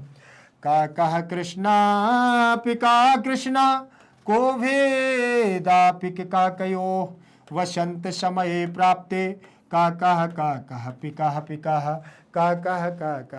पिका। ठीक है ना। उन्होंने कहा काकः कृष्णा, काकस्य वर्णः कृष्णा, काले रंग का कौआ, और पिकस्य अपि वर्णः, और कोयल भी है काली, वर्णः कृष्णा, और काली कोयल भी है। अन्यो मध्य, अनयो मध्य, दोनों के मध्य का माने कौन, भेदः नास्ति, कोई भेद नहीं है।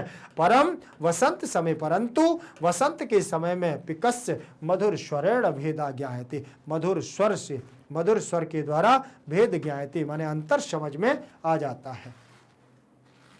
समझ में आया, मधुर स्वरेण में तृतीय विभक्ति लगी हुई है, ध्यान रखना, भेदा ज्ञायते।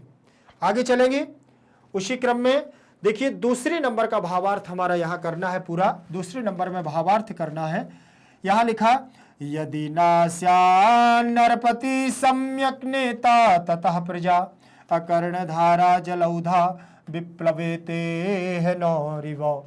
ठीक, यहां पर अब भावार्थ को देखिएगा, उन्होंने क्या कहा कि प्रजाया कल्याणार्थम, प्रजा के कल्याण के लिए क्या होना चाहिए, बोले सम्यक नेता श्रेष्ठम भवतु। ठीक है ना, देखें नृपः मतलब राजा, राजा श्रेष्ठम भवतु, श्रेष्ठ राजा अनिवार्यतः अस्ति, अनिवार्य है, श्रेष्ठ राजा अनिवार्य है। बोले जैसे नौकया समुद्रम, नौका के द्वारा समुद्र पारे तुम, पार करने के लिए कर्णधारा निपुणा भवेत, तैरा चलाने वाला निपुण होना चाहिए। ठीक है ना, नहीं तो फिर प्रजा वैसे ही डूबती है जैसे नाव डूबती है। समझ में आया ना, अकर्णधारा।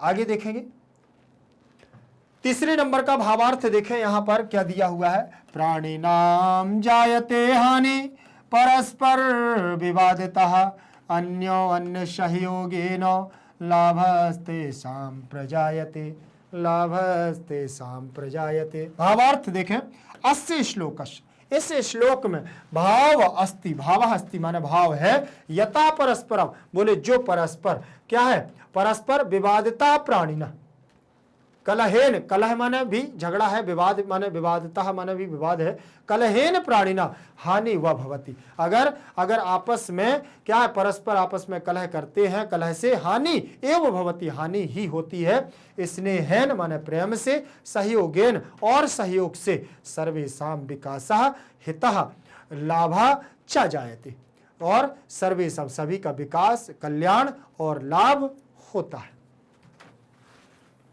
समझ में आ गया। इससे देखें सहयोगेन में तृतीय विभक्ति, स्नेहन में आपका तृतीय का एक वचन, और जायते जायते जायन्ते दिया, सर्वेषां में बहुवचनांत रूप लगा है षष्ठी का, कलहेन में तृतीय विभक्ति का एक वचन रूप लगा हुआ है। इसके बाद अब घटना क्रम को देखेंगे, कथा क्रम संयोजनम। ठीक, पूरी कथा के अनुसार यहां पर कौन कौन सा संयोजन किया गया है आप उसको देख लीजिए। ठीक, देखें विविधा पक्षिणः अपि सिंहस्य एतादृशं दशा दृष्ट्वा हर्षमित्रिं कलहं कुर्वन्ति। ठीक, बोले विविध अनेक प्रकार के पक्षी शेर को भी देख करके शेर की दशा को देख करके हंसते हुए कलरव कूंजने लगे। तुच्छ जीवै आत्मनः एतादृश्या दुरावस्था श्रांता सर्वजंतून् दृष्ट्वा पृच्छति। ये अभी लगता है कि शुरुआत का है, क्योंकि जैसे ही बानर परेशान करते हैं तो सिर पूछता है। एका सिंहा सुखेन विश्राम्यन्ते तदेव एका बानर आगत्य तस्य पुच्छं धुनोति, ये पहला हो जाएगा, ये दूसरा देखो। ठीक, एवमेव बानरः वारं वारं सिंहं तुदन्ति, उसी प्रकार से बार बार सिंह क्या करता है, यहां पर ये दूर हो जाएगा, ये 3 हो जाएगा। ठीक, क्रुद्धा सिंहा तम प्राहरतुम, ये हमारा 4 हो जाएगा। क्रुद्धा सिंहा इतः तथा धावति, और क्रोध से सिंह क्या करता है, इच्छा रखता है, और शेर इधर उधर क्या करता है, दौड़ता है, बिल्कुल दौड़ता है। तदेव अन्यस्मात् वृक्षात् अपरः वानरः सिंहस्य कर्णम् आकृष्य पुनः वृक्षोपरि आरोहति। ठीक, फिर से दूसरा वानर आकर के शेर को क्या करता है, कान खींच करके ऊपर चढ़ जाता है। ठीक, तो यहां पर अभी इसको 6 लिख देते हैं। फिर परम किमपि कर्तुम समर्था एव तिष्ठति, परंतु कुछ भी करने में वह समर्थ नहीं होता है। ठीक है ना, कुछ भी करने में समर्थ नहीं होता है। तो ये 7 और ये आपका 8 हो जाएगा। इस प्रकार की दशा को देख करके फिर क्या है, पक्षी हंसते हैं। ध्यान रखिएगा, ये आपकी कहानी है पूरी पूरी क्या है, आपके पाठ की कहानी है। तो इसमें देखिए, एका सिंहा सुखेन वृश्चामन्ते पहला, क्रुद्ध सिंहा तम प्रातुर एक क्षति दूसरा, तदेव अन्यस्मात् वृक्षा वानरा सिंहम आकृष्ट वृक्ष परि तीसरा, और एवमेव वानरा बारम बारम सिंहम तुदंती, बार बार परेशान करता है। क्रुद्ध सिंहा इतः धावती, फिर किमपि पक्षिणा कुमर्तु समर्थन है। तब विविधा पक्षिणा आपी सिंह से इस दशा क्या करते हैं,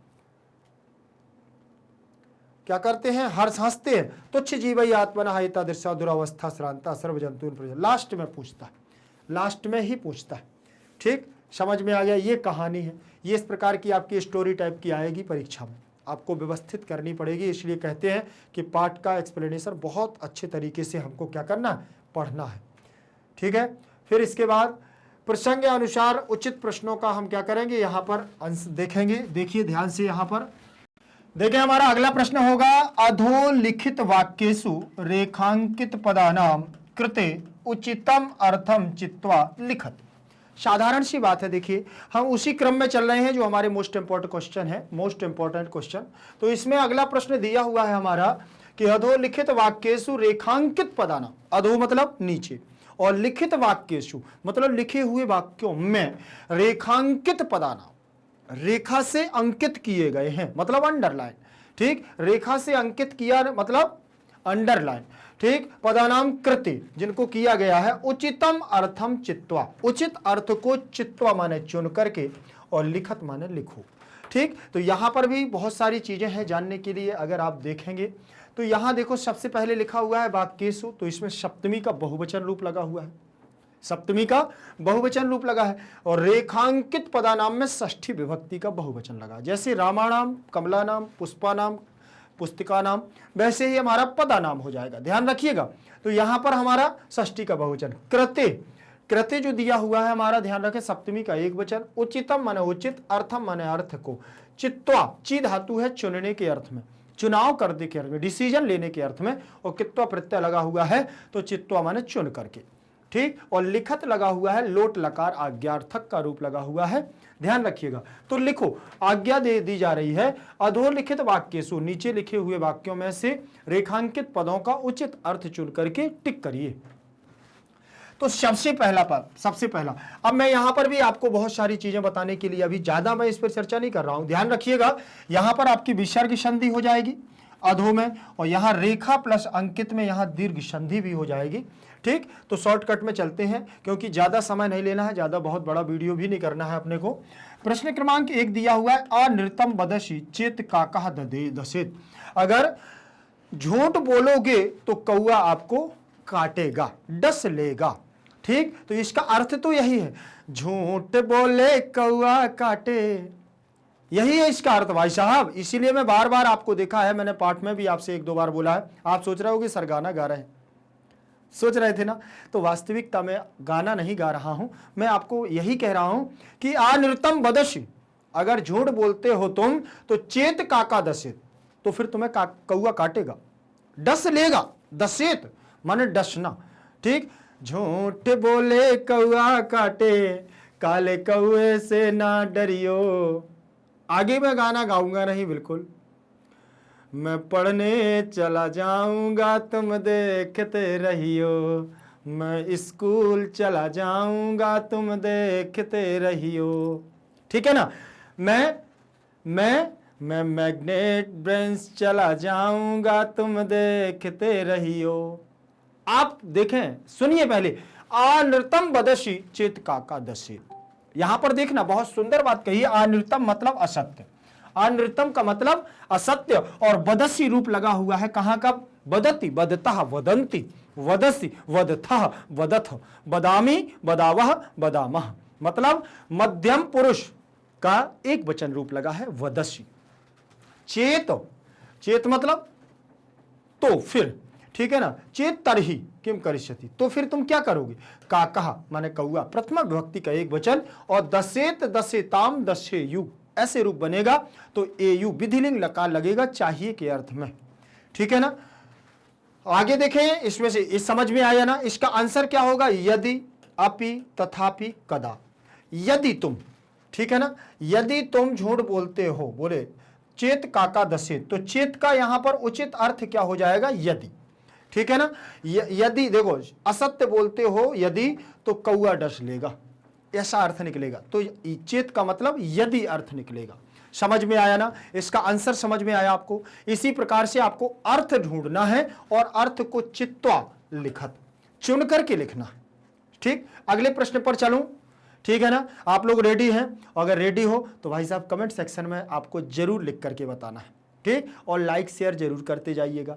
आपको सबसे पहले मैं बात बताऊं कि अगर समझ में आता है तो लाइक करना है, नहीं आता है तो बिल्कुल नहीं करना, ध्यान रखिएगा, ठीक। अगर, और निश्चित है कि मुझे मालूम है कि आप लोगों की समझ में आ रहा है, ठीक, इससे मतलब आपको लाइक करना है, ठीक। चलिए अगला प्रश्न हमारा होगा दूसरे नंबर का, अस्माकम एक्यम विश्व प्रथितम। ठीक, अस्माकम माने हमारे, हमारा या हमारे, एक्यम माने एक, विश्व प्रथितम माने विश्व प्रसिद्ध, विश्व प्रथितम का मतलब विश्व प्रसिद्ध, ठीक है ना। बोले हमारा एक वाक्य है विश्व प्रसिद्ध, ऐसा किसने कहा था? कौवे ने। तो यहां पर एक्यम शब्द आया हुआ है, ठीक है ना। एक्यम का अर्थ चुनना है, लेकिन मैं आपको थोड़ा सा आपको पाठ पे लेकर के चलता हूं, तो पाठ में आप इसका अर्थ बिल्कुल समझ जाएंगे। उसने ये कहा था कि अस्माकम एक्यम विश्व विश्व प्रथितम वाक्यम, मतलब लोग संसार में एक हमारा विश्व प्रसिद्ध वाक्य है जो लोग उदाहरण के लिए देते हैं कि झूठ बोले कौआ काटे, पहला। दूसरा उन्होंने दिया है कि कागचेष्टा, विद्यार्थियों के लिए एक उदाहरण दिया जाता है कि कौए के समान आदर्शवादी बनो, तो वही है। तो यहां पर मित्रम तो अर्थ हो नहीं सकता है, लघु माने छोटा तो हो नहीं सकता है, कनिष्ठ माने भी छोटा ही होता है, कनिष्ठ का उंगली कहा जाता है इसको कनिष्ठा, ठीक, छोटा होता है। ये आपको उंगलियों के नाम मालूम है ना, अंगुष्ठ कहा, और वो इसको बोलते हैं हम ये मध्यमा, इसको अनामिका, इसको कनिष्ठिका और इसको तर्जनी, ठीक। तो अगर क्रम से देखें तो अंगुष्ठिका, तर्जनी, मध्यमा, अनामिका और कनिष्ठिका, ध्यान रखिएगा। तो यहां पर एक्यम का अर्थ होगा एकता, क्या हो जाएगा? एकता, ठीक। और अस्माकम जो रूप लगा हुआ है हमारा अस्मद का रूप लगा है। अस्माकम कहां का रूप लगा हुआ है? अस्मद का रूप है, अस्मद का रूप है और षष्ठी विभक्ति का रूप है, षष्ठी विभक्ति बहुवचन, षष्ठी विभक्ति बहुवचन का रूप है, ध्यान रखें, बहुवचन, ठीक। इसमें आप देखेंगे तो रूप बनेगा आपका अहम, आवाम, वयम। वयम आपका क्या हो जाएगा? बहुवचन में, वयम, अस्मान, अस्माभि,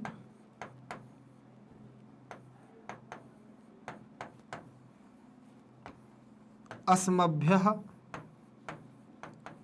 अश्मभ्यः,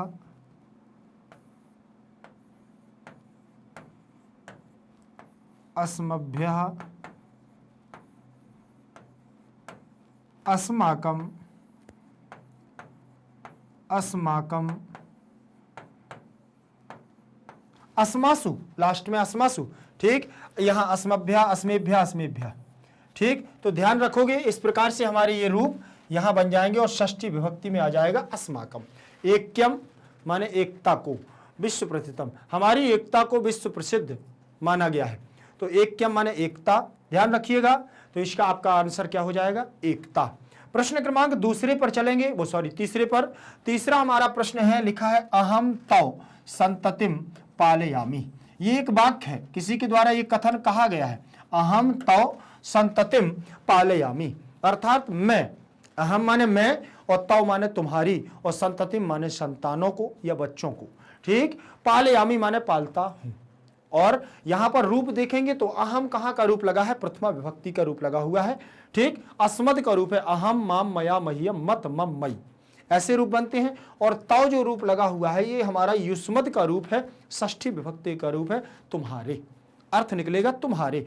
अहम माने मैं, तुम्हारे या तुम्हारी, संततिम माने संतानों को, तुम्हारे बच्चों को, संतानों, संततिम द्वितीय विभक्ति का एक वचन रूप लगा है। और पालयति, पालयतः, पालयन्ति और पालयसि, पालयथा, पालयथ, पालयामि, पालयावह, पालयामः, तो पाल यामी जो रूप लगा है उत्तम पुरुष का। क्यों उत्तम पुरुष का क्यों लगा हुआ है? क्योंकि उत्तम पुरुष का कर्ता है अहम, तो उत्तम पुरुष की क्रिया होगी पालयामी।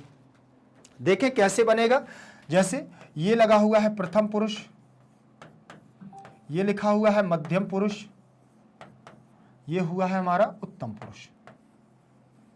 उत्तम पुरुष यहां लिखते हैं हम अहम, यहां लिखते हैं त्वम, और यहां लिखते हैं सह, शह और शाह, ये दोनों रहते हैं। ठीक, और यहीं पर रूप बनता है आपका क्या? पालयति। यहां बनेगा मध्यम पुरुष में पालयसी, और यहां बनेगा आपका पालयामी। पालयामी बनेगा कि नहीं बनेगा?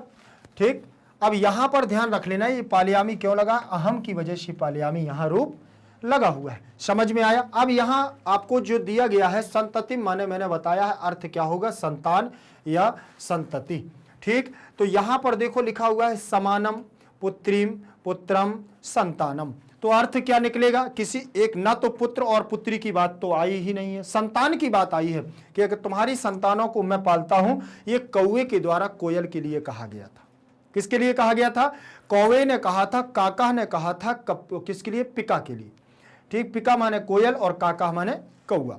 ठीक, तो ध्यान रखिएगा, आंसर आपका मिल जाएगा आपको अगर आप थोड़ा सा विचार करेंगे, आराम से करेंगे, बिल्कुल भी उसमें परेशान होने की आपको जरूरत नहीं है। प्रश्न क्रमांक चौथा देखेंगे। प्रश्न क्रमांक चौथे पर आप चलेंगे और इसमें लिखा हुआ है प्रश्न क्रमांक चौथे में वकह क्रूरतया वराकान मीनान भक्षयति। ठीक, बकह माने बगुला, बकह का मतलब बगुला, और बराकान का मतलब क्रूरतया का मतलब होता है क्रूरता के द्वारा या निर्दयता के द्वारा। ठीक, और बराकान माने छोटी छोटी, और मीनान माने मछलियों को, और भक्षयति माने भक्षण करता है या खाता है। ठीक, अब यहां पर उन्होंने क्या कहा है देखें जरा। बका में प्रथमा का एक वचन लगा हुआ है, पहली बात, और क्रूरतया में क्रूरता के रूप चलेंगे, क्रूरता के रूप चलेंगे तो रमा के समान चलेंगे। तो आप चलाएंगे रमा रमाम रमया, क्रूरता क्रूरताम क्रूरतया, तो तृतीय विभक्ति एक वचन का रूप हो जाएगा क्रूरतया। बराकान लगा हुआ है आपका द्वितीय विभक्ति का, यहां पर क्या बनेगा? बराकह, वो बराकम, बराकौ और बराकान, तो यहां पर आपका द्वितीय का बहुवचन बन जाएगा बराकान। और मीनान भी हमारा द्वितीय विभक्ति का क्या लगा हुआ है? बहुवचन रूप लगा है। भक्ष्यति भक्ष्यता भक्षयन्ति रूप लगा है लट लकार प्रथम पुरुष, एक वचन का रूप लगा है भक्षयति, भक्ष्य धातु है। ठीक, और तिप प्रत्यय कर्मवाची की क्रिया लगी हुई है। अब यहां पर उन्होंने अर्थ पूछा है तो इसका अर्थ क्या होगा? कमनीयम, विशालम बड़ी बड़ी, तुच्छ माने छोटी छोटी, दयनीय माने दयनीय। ठीक, तो यहां पर आपका अर्थ क्या हो जाएगा? दयनीय, अर्थात तुम्हारे अंदर छोटी छोटी जो मछलियां हैं, बोले जो मछलियां हैं, उन मछलियों को तुम्हें दया नहीं आती, क्रूरता के द्वारा बगुले के द्वारा क्या कर दिया जाता है? भक्षयति माने भक्षण कर ली जाती है। बराकान माने दयनीय मछलियों, दया से युक्त छोटी छोटी मछलियों को आप क्या कर लेते हो? भक्षण कर लेते हो, खा लेते हो, इसीलिए तुम्हारे अंदर क्रूरता है, निर्दयता है। ठीक, तो समझ में आ गया है, इसका अर्थ हो जाएगा बराकान का दयनीयम। ठीक, आगे देखेंगे प्रश्न क्रमांक पहला, पर्यायवाची पदानी और विलोम पदानी। इसके नीचे आपको पहले यहां पर पर्यायवाची दी हुए हैं, फिर इसके बाद चलते हैं तो विलोम पदों को पढ़ेंगे। लेकिन उससे पहले प्रश्न क्रमांक 1 देखिए, इसमें क्या लिखा है? अधोलिखित पदानाम पर्याय पदानी लिखत, अर्थात नीचे लिखे हुए पदों के पर्यायवाची पदों को लिखो। पर्यायवाची का मतलब क्या होता है? एक समान अर्थ को देने वाले, एक समान अर्थ को देने वाले, वही हमारे होंगे पर्यायवाची। ठीक, और इनको हम समानार्थक पद भी कहते हैं। अब यहां पर आपको देखना है तो यहां दिया हुआ है सबसे पहले काकह, फिर पिकह, मयूरह, बानरह, ये 4 शब्द दिए हुए। चारों में आपको देखो प्रथमा विभक्ति का एक वचन रूप लगा है, इसमें षष्ठी का बहुवचन लगा है। पदानी में पदम पदे पदानी माने पदों को, तो यहां द्वितीय विभक्ति का बहुवचन। लिखत आपका लोट लकार आज्ञार्थक लगा हुआ है। समझ में आ गया ना यहां तक? आगे चले, आगे देखते हैं। तो इसमें काका का मतलब यहां क्या क्या हो जाएगा? काका का मतलब आप इंग्लिश न सोच देना कि यहां पर आप क्रो लिख दो, ठीक है ना? तो काका मतलब बायसा भी होता है, कागा भी होता है। ये हमारे दो पर्यायवाची यहाँ पर मैंने दिए हैं। आप इसको बढ़िया से तैयार करिएगा और एक एक पर्यायवाची, दो दो पर्यायवाची आपको आने चाहिए। कौए को हम बायस भी कहते हैं और कागह भी कहते हैं, ध्यान रखें। फिर इसके बाद पिका माने कोयल दिया हुआ है, तो कोयल के लिए हमारे पाठ में ही एक पिका तो आया हुआ है और पर वन प्रिय भी नहीं आया, देखो पाठ में नहीं आया, कोकिला भी नहीं आया, लेकिन परभृत भी आया, तो परभृत लिख सकते हैं हम इसमें, ठीक। तो कोकिला और वन प्रिय और यहां पर परभृत भी आप लिख सकते हैं, परभृत, ठीक, ये भी हमारा आ जाएगा। तो ये बहुत सारे ऐसे पर्यायवाची को ढूंढना है जो एक समान अर्थ को देने वाले होते हैं। फिर इसके बाद दिया हुआ है मयूरा, तो मयूर के लिए हम देखें क्या क्या कहते हैं, तो इसको पिकबंद भी कहते हैं, नीलकंठ भी कहते हैं, कम और कलापी भी कहते हैं, ठीक। क्यों कहते हैं? क्योंकि नीला कंठ होता है और कलापी अच्छी कलाओं में निपुण होती है, नाचने में निपुण होती है। तो इस प्रकार से मोर के भी हमारे बहुत सारे पर्यायवाची हो जाएंगे। इसको हम अहिभुक भी कहते हैं, सर्प को खाने वाली अहिभुक, जो हमारे पाठ में ही आया हुआ है, अहिभुक, ये आया हुआ है अहिभुक, ध्यान रखना। तो ऐसे हमारे शब्द आ जाते हैं जो पर्यायवाची हैं। जरूरी नहीं है कि आप इन्हीं को पढ़ें, लेकिन आपको उनसे संबंधित सारे पर्यायवाचियों को देखना है। वानरहा आ गया है, तो वानरहा को हम क्या कहते हैं? शाखा मृग भी कहते हैं, ठीक, कपि भी कहते हैं, मरकट भी कहते हैं, बहुत सारे और शब्द भी मिल जाएंगे आपको, ठीक। जरूरी नहीं है कि मैंने 3 बता दिए तो 3 ही होते हैं, और सारे भी मिल जाते हैं। बस यहाँ तो केवल और केवल हम लोग एक्सरसाइज को कर रहे हैं और मोस्ट इंपॉर्टेंट क्वेश्चनों को देख रहे हैं, तो आपके लिए यहाँ 2-3 पर्यायवाची बहुत है, ठीक। आगे देखेंगे, अगला हमारा देखेंगे प्रश्न, इसी में आ गया है। अब विलोम पदों को हम देखेंगे। विलोम पद देखिएगा, प्रश्न क्रमांक दूसरा दिया हुआ है। क्या दिया है? दूसरा दिया हुआ है अधोलिखित पदानाम। अधो माने नीचे, लिखित पदानाम माने लिखे हुए पदों को, ठीक। तो षष्ठी विभक्ति का बहुवचन है। विलोम पदानी माने विलोम पदों को, ठीक। तो द्वितीय विभक्ति का बहुवचन। मंजूषायाम सप्तमी विभक्ति का एक वचन रूप लगा है, जैसे रमायाम वैसे ही मंजूषायाम।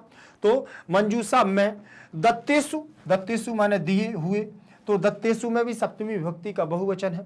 दत्तेषु पदेषु में भी, पदों में, दिए हुए पदों में, तो सप्तमी विभक्ति का बहुवचन। चित्वा माने चुन करके, ची धातु चुनने के अर्थ में है, कित्वा प्रत्यय लग जाएगा, चित्वा बन जाएगा। यथा समक्षम लिखत, और उनके समक्ष माने सामने लिखो, ठीक, उनके समक्ष, उनके सामने लिखो, अर्थात नीचे लिखे हुए पदों को मंजूषा की सहायता से, मंजूषा में दिए हुए पदों के चित्वा माने समक्ष, उनके सामने चुन करके सही पर्यायवाची विलोम शब्द को लिखना। जैसे भक्षका शब्द दिया हुआ है, हितम शब्द दिया हुआ है, जलधौ शब्द दिया हुआ है, रसमयम और लाभा, ये शब्द दिए हुए हैं। इनमें से हमें चुन करके नीचे देना है, ठीक। तो यहां पर सबसे पहले हानि दिया हुआ है, तो हानि का क्या होता है बताइए? हानि, विसर्ग लगा हुआ है, तो आप देखिए हानि का लाभा हो जाएगा। हानि का क्या हो जाएगा? लाभा हो जाएगा ना। फिर इसके बाद आहितम, आहितम और हितम, हित का मतलब कल्याण और आहितम का मतलब अकल्याण।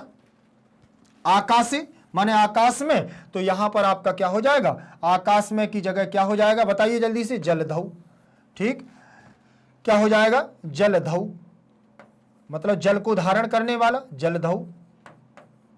और समुद्र भी होता है जलधौ, जलधौ का।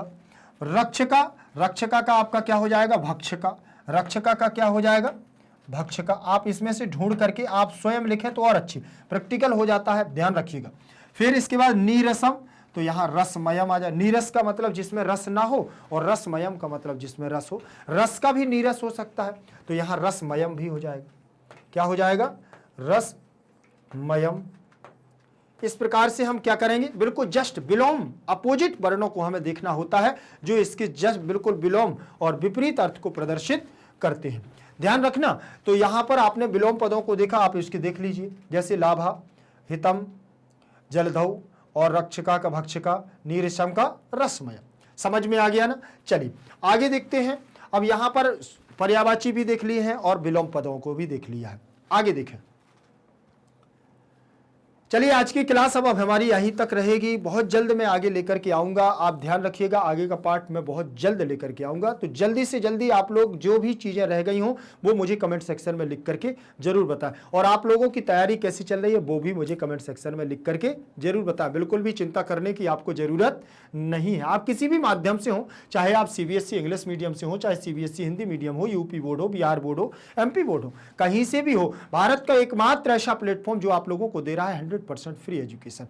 100% फ्री एजुकेशन का मतलब आप लोग समझ रहे होंगे, निःशुल्क शिक्षा, आपसे कोई भी रुपया पैसा नहीं लिया जाता है। तो फिर चिंता की बात क्या है, और वो भी आप लोगों के लिए उच्च गुणवत्ता के साथ योग्य शिक्षकों के द्वारा यहां पर अध्यापन का कार्य चलाया जा रहा है। तो आप लोग बढ़िया से पढ़िएगा, निश्चिंत भाव से। आप लोग यहां देख भी रहे होंगे कि देखो यहां लिखा हुआ है हाई क्वालिटी एजुकेशन। इसका मतलब ही होता है कि यहां पर उच्च गुणवत्ता के साथ, मतलब आपका कहीं भी अधूरा सिलेबस नहीं छोड़ा जाएगा। पूर्ण सिलेबस के साथ, संपूर्ण विषय के साथ यूट्यूब पर आपको सब कुछ निःशुल्क मिल रहा है। तो बढ़िया से बिंदास तरीके से पढ़ते रहिएगा। कोई भी समस्या हो तो मैग्नेट ब्रेन्स आपके लिए हमेशा तत्पर रहेगा, खड़ा रहेगा। ध्यान रखिएगा, बस आप लोग पढ़ते रहिएगा, परीक्षा की तैयारी करिएगा, उत्तम अंक लाने का एक संकल्प लीजिएगा। और उसके लिए करना क्या क्या होगा, तो उसके लिए मैग्नेट ब्रेन्स ने एक थोड़ी सी आप लोगों के लिए व्यवस्था की है। तो आप लोग जल्दी से संपर्क कर सकते हैं। बोले क्या, वो संपर्क क्या है, संपर्क में क्या जानना है, तो आपको मैं बता दूं कि कक्षा 7वीं से लेकर के कक्षा 12वीं तक के हिंदी मीडियम हो या इंग्लिश मीडियम हो, और संपूर्ण विषय, एक केवल संस्कृत की बात नहीं कर रहा हूं, सभी विषयों की बात कर रहा हूं, संपूर्ण विषय पूरे सब्जेक्ट के साथ आपको हिंदी और इंग्लिश में दोनों नोट्स यहां पर तैयार करवाए गए हैं।